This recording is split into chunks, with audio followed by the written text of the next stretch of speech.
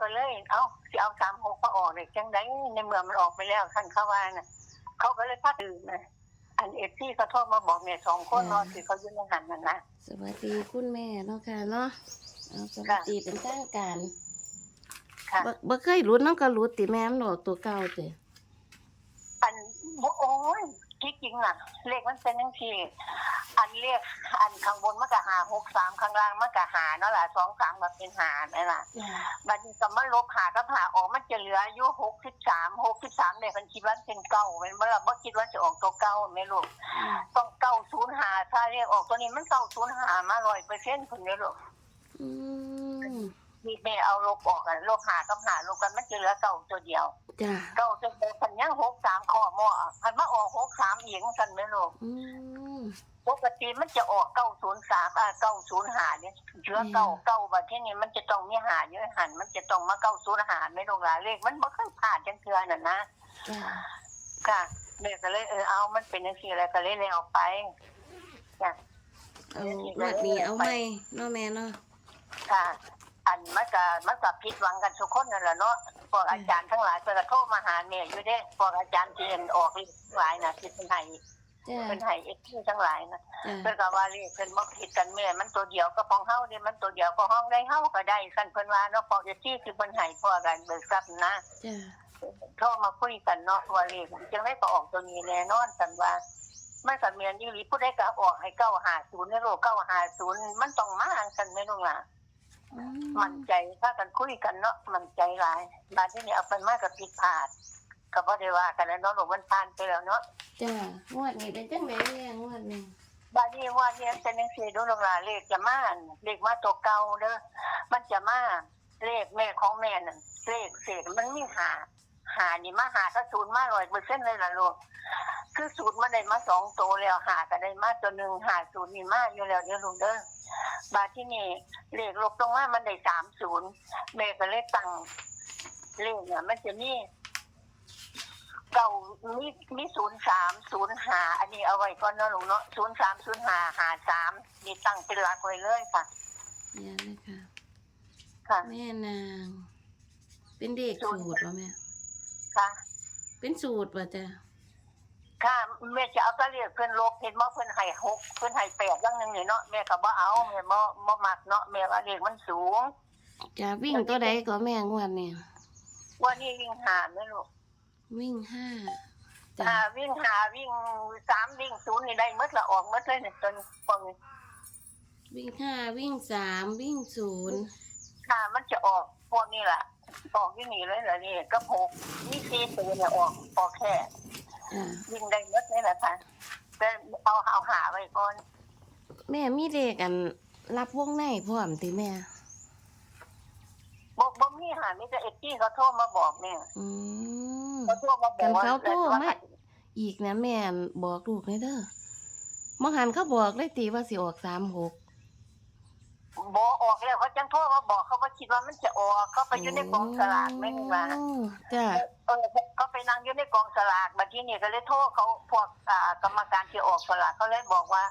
บ่ให้ออกเด้อเลขดังนี่ว่าซั่นเลขดังบ่ให้ออกซั่นก็เลยเห็นเขาคิดว่าจะออกอีกใช่ไหมแต่เขาเห็นเอาว่าออกเขาก็เลยเอาซะมาเอาตัวเก่ามาออกเขาเลยวางสิเนาะเขาก็มีผู้ถืออยู่เนาะค่ะมีคนถืออยู่เนาะมีอยู่ค่ะก็ถือคนละ200อยู่ค่ะก็คือไว้ตรงนั้นเพราะว่าที่จะออกนี่มาออกแล้วเขายังมาบอกให้แม่ฟังได้รู้ว่าเสียดายเนาะแม่เนาะค่ะอันแม่อันมีตัวใดแน่งวดเหนียวมาที่มีเด้อเอา503053ดีไว้สักก้อนเด้อลงล่ะอันนี้เป็นหลักเลยเด้อไล่ซะแม่อันมีหยังก็50 30 50 30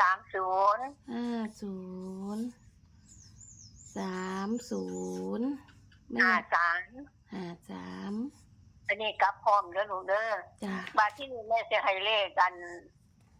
นไว้ซะก่อนคือ96กัน96 93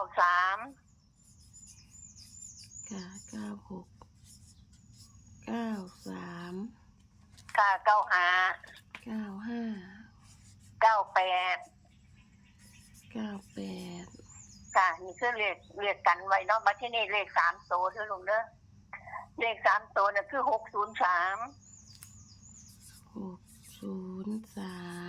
จ้ะ903 903 905 905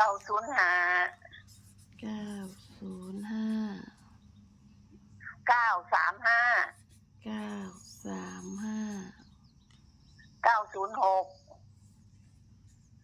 906บัดนี้ก็06กันไว้นำเน็ตลูกหลาน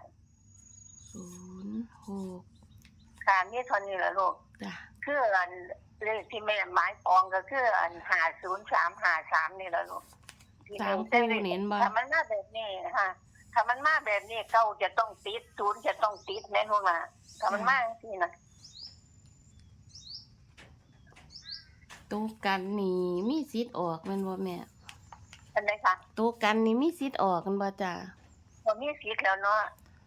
แต่ระวังตัวกันแน่ๆจักหน่อยเนาะค่ะเนาะ3ตัวเน้นตัวใดแม่ แม่มักแม่มัก603 903แม่มัก มาตัวนี้เนาะ ถ้าแม่นว่าเลขมันบ่ออกแล้ว63บ่ออกแล้วแม่ให้อัน603 63ไปเลยเด้ง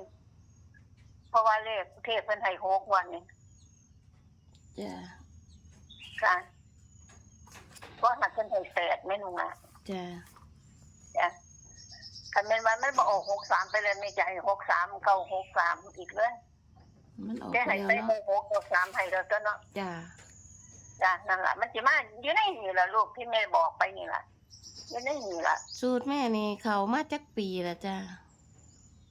มันเข้ามาตลอดเด้อลูกอัน2ตัว3ตัวมันก็บ่ค่อยแน่ดอกเนาะลูกนะแต่แต่ว่าเลขตัวเดียวน่ะมันเข้ามาบ่อยเข้ามาทุกวันล่ะแต่ว่าเลข2ตัวแม่จับบ่ถูกมันเข้ามาจังซี่ล่ะลูกแต่แม่จับบ่ถูกแม่ เด็ก มัน วิ่ง เข้ามา นี่บ่ จังซี่น่ะค่ะ เด็กวิ่งนี่เขาประจำเขาทุกงว เขา ด ตลอดเลยวิ่งค่ะ เขาตลอดเลยวิ่งวันหนึ่งนี่มันเข้ามาจะ19462837อยู่จังซี่แม่ลูกอ่ะเข้ามาแม่ก็ว่ามันเลขต่ำจังซี่ อืม แม่ก็ว่าหวยเลขมันมา1กับ0ตัวอยู่คันว่าเลขมันเศษเท่านั้น ค่ะ ก็เลยแม่บ่ให้วิ่งวันนึงเนี่ยแม่ว่าเลขมันมา2ตัวสิบ่ต้องวิ่งหรอกมันบ่แน่นอนจังมันสิออกล่างแล้วออกบนจังมันสิออก0แล้วออก1แม่เลยว่าจังซี่บัดนี้ว่านี้มันเศษ50ตัวเดียวแม่ลูกอ่ะเลยค่ะแต่แม่เฮ็ดมันบ่มีพลาดเลยค่ะ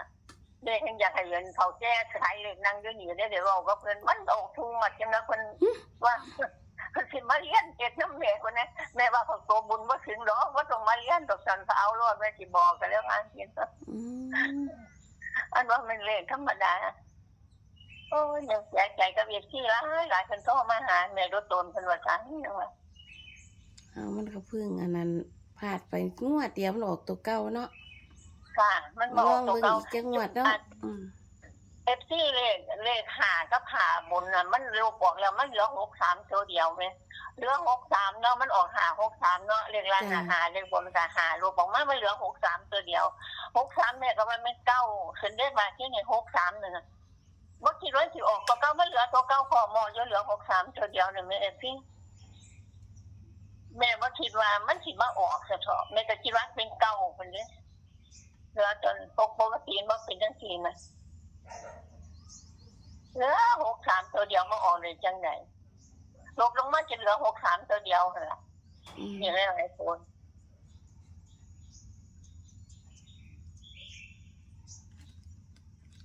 ก็ให้โชคดีเด้อว่านี่มัดตัวใดล่ะลูกหลานอีหลานก็สิได้หลายแต่ว่าเงิน7879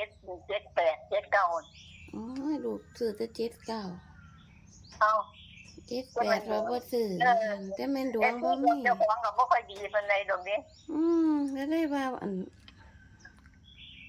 โอ้ยเสียดายเพิ่นให้มา79 78นึง มันออกมา 8 3คู่นึงบ่เอา แม่เพิ่นซื้อแต่9879ไปซะ เก่าก็สิพอได้รุ่นเนาะแม่น้องงวดบ่หันก็ได้ โอ้ยมาแบบนี้แม่เหลือเท่านั้นล่ะลูก จ้ะถ้าออกตัวเก่านี่คือส่วนมากจะหลุดเนาะ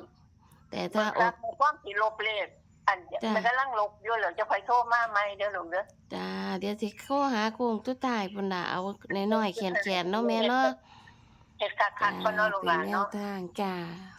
ข ขอบ จ้า คุณ เอา แม่จ้า ใจเย็นเนาะลูกหลานเนาะ